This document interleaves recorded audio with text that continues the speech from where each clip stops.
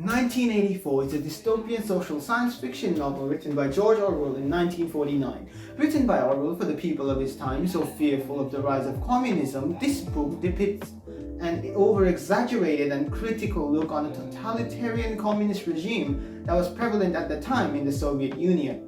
This book is one of my favorites as it does an excellent job of exploring its major themes and depicts a dystopian world that feels like it could be reality in the not-so-distant future. Even more so, it would have been true for the people of that time. The major themes prevalent throughout this book are those of mass surveillance and suppression of individuality.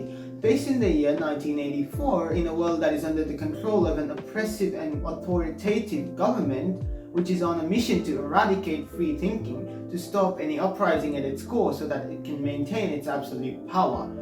This all-controlling government wants to restrict freedom and individuality to the point where even what people think is controlled by the government. We see these themes in the book by following the life of Winston Smith, who is an outer member of this government and has really little control over his own life.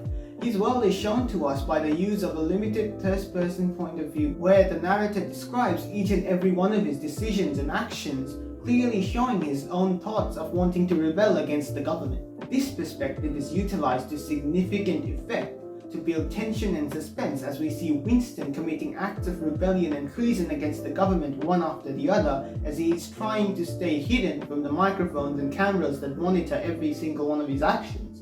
Starting by buying a diary and writing his rebellious thoughts against the government down, Winston commits his first act of rebellion against the government, which is followed by multiple others. One of the biggest stylistic features of this book is its use of juxtaposition, which is used to explore the theme of government's control on people's lives, more specifically on what they think, most evident here through the government's three main slogans. Each slogan of the government is a contradiction of itself, yet it is believed by its people to be true, explained in the book through the use of the word doublethink, which means the ability to believe that two contradicting things are both true. It is the ability to believe that war is peace.